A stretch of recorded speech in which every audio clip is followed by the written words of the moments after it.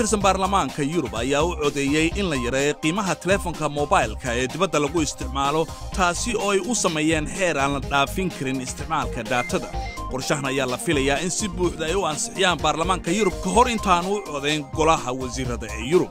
tani micnaheedu waxa weeye in 1 July 2014 marka la gaaro shirkaduhu inaanay macaamiisha ku dalici karin in ka badan 15 sent oo euro ah daqiiqadii, SMS 5 sent, 20 sent halkii megabyte ee data ah. qoraalada Twitterka ee 2 sano jira hadda kadib waxaa loo hayn doonaa shirkadaha sameeya cilmi baarista dhinaca suuqyada. shirkadii ugu horeysay ee keenta adeeggan oo la yiraahdo DataSift ayaa waxay rajaynaysaa in halkaa ay ka hesho xogta la xiriirta ganacsiga macaamiisha. laakiin talaabadan waxay ka caraysiisay kooxaha u ololeeya xogta oo sheegaya in dadku inta badan aanay doonayn in tweetska ay sameeyaan ay sii jiraan maalmo wax ka badan. Google ayaa waxay dhalisay walaac ku saabsan siyaasadeeda xogta dadka oo bilaabanaysa 1 bishan March.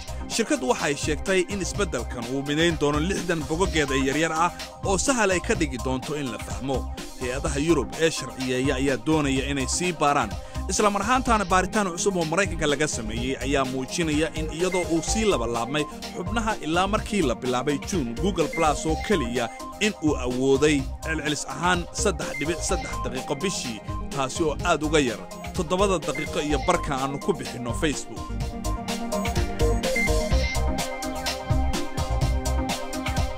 aalad robot ah oo dhererkeedu yahay 3.5 mitir ayaa waxay u dhawaanaysaa Picasso Guernica, waxaana marka waqtiga booqashada uu dhamaado madxafka Reina Sofia ee magaalada Madrid oo la yiraahdo Pablito oo mashiin weyn ah uu bilaabayaa sawir qaadis iyo inuu daabacaad ku sameeyo isagoo isticmaalaya tiknoolajiyada la yiraahdo infrared. khibrada ayaa ugu dambeynna waxay awoodi doonaan in ay arkaan.